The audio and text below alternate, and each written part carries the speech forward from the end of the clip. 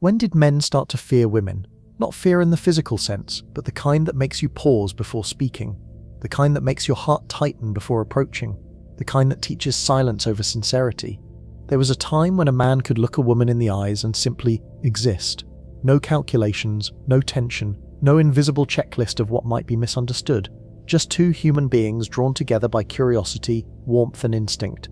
But somewhere along the line that connection broke. Something changed in the way men began to move, talk, even think around women. And now, whether they admit it or not, most men feel it. A quiet, unspoken fear that's wrapped itself around modern masculinity. Not hatred, not anger, just fear, disguised as politeness, masked as restraint. The fear of saying the wrong thing, the fear of looking too long, the fear of being labelled something you're not. It's a new kind of prison, one built not from walls but from whispers, from subtle warnings, from headlines that echo through every man's subconscious. Be careful, don't cross the line, don't make her uncomfortable. And at first it seemed reasonable. After all, respect should be the foundation of all connection. But over time, that respect turned into anxiety, a constant need to prove you're safe, to prove you're different, to prove you're not one of the bad ones. And so men stopped being themselves. They learned to hold back their humour. They learned to tone down their confidence. They learned to smile a little more carefully, talk a little less freely, and keep their distance just enough to avoid suspicion. And every year, the space between men and women grew wider, not because of anger, but because of fear. A fear society doesn't talk about, a fear that doesn't fit the narrative of strength or dominance, because no one wants to admit that men, the ones expected to lead, to protect, to initiate, now move through the world in quiet self-doubt. It's not the fear of women themselves, it's the fear of the consequences of simply being a man, of existing in a world where one wrong moment can define your character, where misunderstanding can destroy reputations faster than truth can defend them. And so men retreat into their heads, into silence, into apathy. They convince themselves that distance is safer than honesty, that indifference is better than rejection, that solitude is more peaceful than misinterpretation. But deep down, they know something has been stolen, something primal, something sacred, the freedom to simply connect without walking on glass. Society didn't set out to make men afraid of women. It happened slowly, a side effect of noble intentions twisted into social paranoia. And now that fear lives quietly in the hearts of millions. They hide it behind humour, behind sarcasm, behind "I don't care anymore." But it's there, every time they hesitate before speaking, every time they censor themselves mid-sentence, every time they meet a woman's eyes and look away, not out of disrespect but out of uncertainty. Because somewhere along the line, connection became risk, and risk became fear, and fear became normal. But here's the truth no one wants to face. You cannot build harmony on fear. You cannot connect through anxiety, and you cannot respect someone if you no longer trust yourself. The silence men carry isn't strength, it's survival, and it's time to understand where that silence began. Section 2, the conditioning begins. It didn't happen overnight. Men weren't suddenly born afraid of women, they were taught to be. It started small, subtle, almost invisible. A new kind of social awareness that at first seemed like progress. Be respectful, be kind, be careful. But somewhere between care and caution, something got lost, because what began as a call for mutual respect slowly turned into a lesson in fear. And over time, men learned that being themselves came with consequences. From a young age, boys began to hear the same messages over and over. Don't be too rough, don't be too forward, don't make anyone uncomfortable. And so they learned to shrink, not physically, but emotionally. They learned that masculinity, once something natural, expressive and alive, was now something dangerous, something that had to be managed, tamed or hidden. Every movie, every classroom, every social post began to reinforce it. The confident man is arrogant, the flirtatious man is a threat, the assertive man is toxic. It wasn't about equality anymore, it was about fear of overstepping, a fear that slowly rewired the male mind. Men began to hesitate before speaking to women, not because they didn't care, but because they cared too much about being misunderstood. They began to overthink every interaction, every compliment, every glance. And soon, what used to be natural human connection turned into a mental checklist of self-restraint. Did I look too long? Did I sound too confident? Did that joke cross a line? Every interaction became a potential minefield. And so, men learned to walk carefully through every conversation, cautious, polite, disconnected. The tragedy is, it wasn't always meant to be this way. The intention was never to make men silent. It was to make them more aware, more compassionate, more evolved. But when awareness is mixed with constant public shaming, it turns into self-doubt. And when compassion is filtered through fear, it turns into inauthenticity. Men stopped being real. They started performing. They became the safe guy, the harmless friend, the man who knows all the right words, but none of them come from his heart anymore. Because his heart learned that honesty can be punished. Society called it growth. Men called it walking on eggshells. You can see it everywhere, in the hesitant smiles, in the cautious tones, in the way men now second-guess their nature. The energy that once defined masculine authenticity, playfulness, boldness, direction, has been replaced with quiet compliance. And the most dangerous part, many men don't even notice it anymore. They think this is how it's supposed to be. They think restraint equals respect. But deep down, they feel it, the exhaustion of pretending to be unthreatening all the time. They're told that strength is oppressive, that confidence is privilege, that leadership is control, and so they trade it all in for acceptance. But acceptance bought through fear is not respect, it's surrender. The truth is, society didn't teach men how to be respectful. It taught them how to be afraid. Afraid of being misread, afraid of being wrong, afraid of simply being men. And now, this conditioning runs deeper than anyone realizes. It shapes how they walk, how they speak, how they love.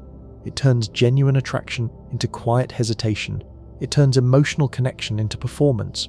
And it leaves men wondering, if being myself might hurt someone, who am I supposed to be?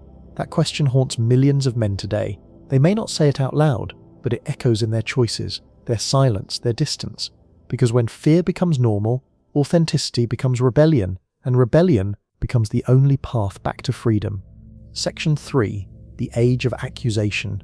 There was a time when men feared failure. Now, they fear accusation.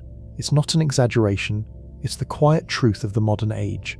The fear of being misunderstood has evolved into the fear of being destroyed. We live in what many call the age of awareness, but to many men, it feels more like the age of suspicion, where every word can be replayed, every gesture misread, every moment weaponized. And so, men move through life like they're being watched, because in many ways, they are. It only takes one sentence, one headline, one accusation, and the world doesn't ask if it's true. It simply reacts. There's no due process in public opinion. There's only outrage, and outrage has no patience for nuance. That's the world men wake up to every day now, where the court of perception matters more than the truth itself. And even those who've done nothing wrong feel it. They see what happens to others. The careers erased, the reputations burned overnight. They learn to keep their heads down, their voices quiet, their opinions locked away, because all it takes is one misunderstanding to lose everything. And what does that do to a man's soul? When he's constantly reminded that one wrong look, one wrong compliment, one wrong sentence could ruin his life, it turns him into a shadow of himself, someone who doesn't act from authenticity but from defense, someone who lives not to express but to avoid exposure. And what's tragic is, most men don't hate women. They fear how easily they can be misinterpreted by them. They fear how quickly a single uncomfortable moment can be twisted into something darker. And once that happens, there's no way to prove innocence, because in the modern world, perception is reality. The digital age made information instant, but it also made judgment instant. And judgment doesn't care about truth. It cares about attention, about reaction, about control. And men, by nature, began to adapt. They became quieter, more reserved, less honest, because why risk connection when silence is safer? They learned to play a role, the agreeable man, the neutral man, the man who says nothing controversial, nothing too personal, nothing too passionate, the man who just blends in. But blending in comes with a price, invisibility. You can't connect deeply when you're afraid to be real. You can't build trust when you're terrified of being misread. And you can't love someone when every part of you is filtered through self-protection. This is what society doesn't see, that the fear it created doesn't just silence men, it isolates them, it makes them emotionally numb. It replaces natural confidence with artificial carefulness. And the result? Men who feel disconnected not only from women but from themselves. Because how do you trust your instincts when the world tells you your instincts are dangerous? How do you express affection when it's labeled manipulation? How do you show strength when it's called aggression? Every signal of masculinity has been cross-wired with guilt, and guilt kills connection faster than hate ever could. So men retreat. They turn to solitude, or to screens, or to safe online spaces where they can finally speak freely. Not because they despise women, but because they no longer feel free around them. It's the kind of fear no one admits, because admitting it sounds like weakness. But it's not weakness, it's exhaustion. Men are tired of defending their nature, tired of performing harmlessness, tired of being told that their masculinity is a threat by default. And the saddest part, the more cautious men become, the less real connection anyone feels. Men are not engaging less because they've lost interest. They're engaging less because they've lost trust. And when trust disappears, what remains isn't peace, it's distance. Quiet, growing, irreversible distance. Section 4. The death of masculine expression. There's a tragedy happening in plain sight, and no one's talking about it. It's not the death of men, it's the death of what makes men men. The quiet, steady confidence, the grounded assertiveness, the freedom to speak truth without trembling over how it will sound. That's what's dying, not through violence or oppression, but through slow, deliberate conditioning. Men no longer feel safe being expressive, because every form of expression now comes with a warning label. Flirting, dangerous. Assertiveness, problematic. Leadership, oppressive. Confidence, arrogance. Piece by piece, every positive masculine trait has been rebranded as a threat. So men learn to compress themselves, to dilute every word, to lower their tone, to smile even when they're misunderstood, just to keep the peace. And what happens when someone hides too much of themselves for too long? They begin to forget what authenticity even feels like. That's where men are today. They've become polite ghosts, present, but not alive. Visible but not seen, speaking but not heard. They sit across from women and filter every thought through 10 layers of fear before it leaves their mouth. They silence their instincts, their humor, their natural energy, because in today's world, being real can get you punished, so they play it safe. They agree more, they initiate less. They stay neutral in every debate, every emotion, every desire, but safe comes with a cost, and that cost is connection. Because you can't connect through fear.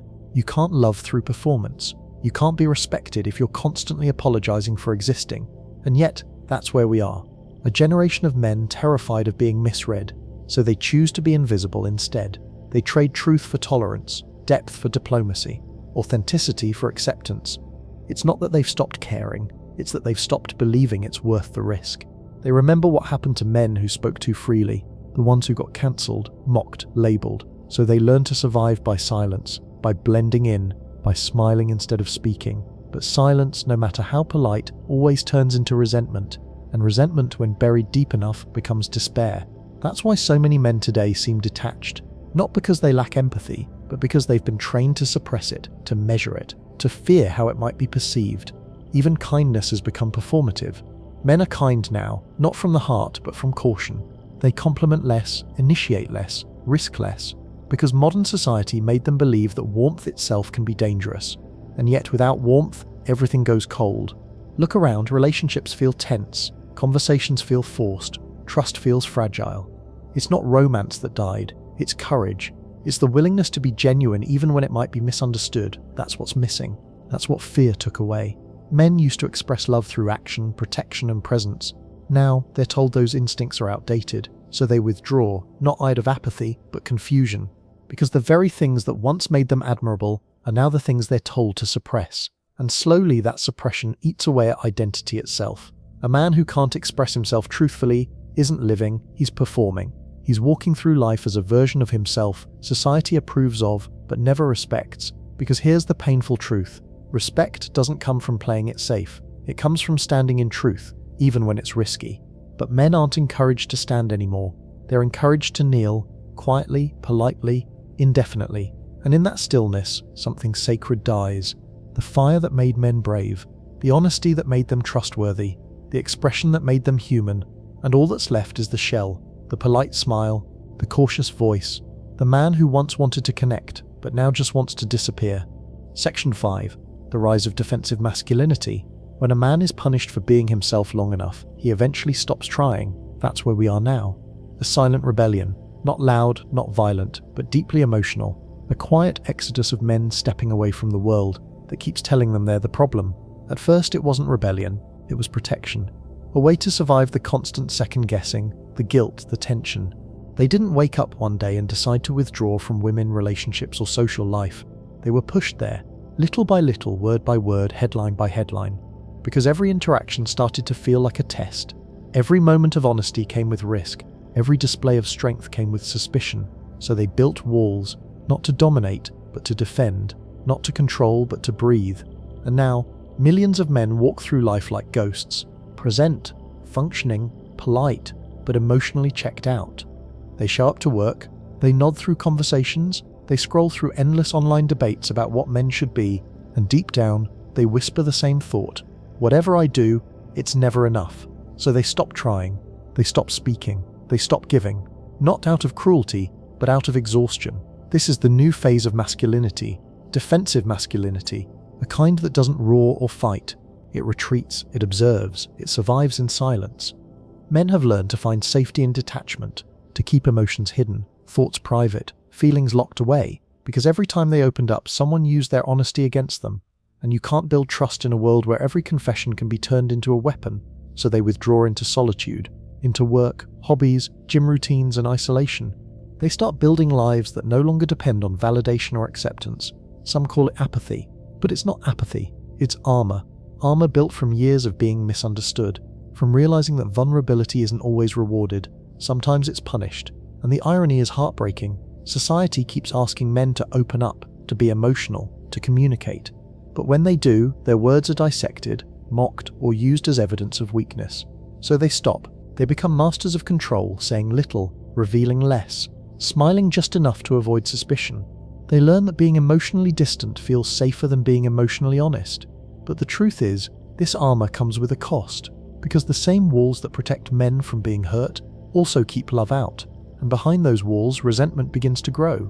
Not loud resentment, not hatred, just a quiet bitterness, a sense that connection has become a liability. Men begin to see relationships as risk assessments. They think twice before committing, before confessing, before caring too deeply. They weigh every emotion like it's a financial transaction. Because vulnerability no longer feels romantic, it feels dangerous. That's the tragedy of defensive masculinity. It's not born from strength, it's born from fear disguised as wisdom. A generation of men who learned the hard way that being open can get you hurt, while being distant keeps you safe. And what's worse, society misreads this distance as coldness. It calls men emotionless, detached, unfeeling, but it never asks why, because the truth is most men don't want to be distant. They just want to exist without being dissected. They want to express without fear, to love without accusation, to lead without guilt, but instead they live in a world that teaches them the safest thing they can be is invisible. And invisibility feels like peace at first, until one day it starts to feel like a cage. That's when it hits them. They didn't become free. They just became numb, and that numbness, that quiet withdrawal, isn't victory, it's surrender. Section 6. The emotional fallout. At first, silence feels safe. It feels like peace. No arguments, no risks, no fear of being misunderstood. But peace built on avoidance isn't real peace, it's paralysis. And that's what many men are living now. A quiet, well-constructed version of paralysis that looks calm on the outside but feels hollow on the inside. They've learned to avoid discomfort, but in doing so, they've also avoided connection. Because the truth is, when you cut yourself off from danger, you also cut yourself off from joy. When you numb yourself to fear, you numb yourself to love. That's the emotional fallout of modern masculinity. Men who no longer feel much of anything. They don't laugh as deeply. They don't cry as easily.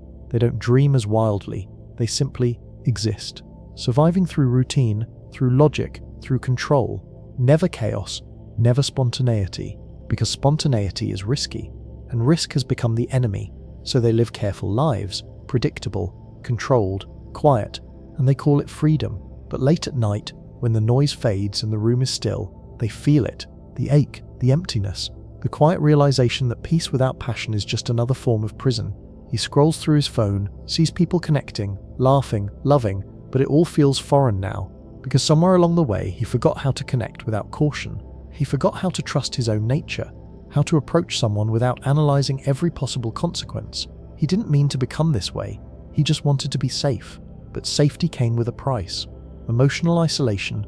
Now he looks at women not with desire or curiosity, but with calculation. Is it worth it? Will she misunderstand me? Will this end badly if I try? And so he doesn't. He stays quiet. He stays alone. And the world calls him cold. It calls him emotionally unavailable. It calls him distant. But he's not distant. He's afraid. Afraid that being honest will be used against him. Afraid that showing warmth will be mistaken for weakness. Afraid that being masculine will be seen as wrong. So he keeps his emotions buried. Even the good ones. Especially the good ones. He suppresses his instincts until they no longer speak. And the voice inside him, the one that once told him to pursue, to protect, to love, to risk, goes quiet. Until one day, He doesn't even remember what it sounded like. This is the cost of fear. It doesn't just stop bad men, it silences good ones. Men who wanted to love purely, men who wanted to connect honestly, men who wanted to build something meaningful, but didn't know how to do that without feeling like they were doing something wrong, and so they give up. They settle for less. They live half-lives, not broken but muted. They smile when expected, they speak only when it's safe. They love only when permission is given, and slowly they fade, not from the world, but from themselves. That's the emotional cost of fear. It doesn't explode, it erodes. It wears a man down from the inside until there's nothing left but control. He's calm, yes. Polite, yes. Disciplined, yes. But alive? No. Because real life, real connection requires risk. It requires the willingness to be misunderstood, to be seen, to be vulnerable. And that's exactly what fear stole from him. It's the cruel paradox of the modern man. He wants connection but fears exposure. He craves love but mistrusts vulnerability. He desires freedom but clings to control. He's been taught to survive but not to live. And when survival becomes the standard, love becomes extinct. Section 7. Reclaiming connection. Fear is a powerful teacher. It can protect you, or it can imprison you. For too long, men have let it do the latter. They've let fear decide who they speak to, what they say, how they move through the world, and for what? To be safe, to be accepted, to avoid pain. But what kind of life is that, where you never truly live because you're too afraid to be seen? The truth is simple, but hard to swallow. You cannot connect with anyone, woman or man, while you're wearing armor. Armor blocks pain, yes, but it also blocks love. And if men want to heal, if they want to find real peace again, they must take the first brave step to stop living in fear of being misunderstood.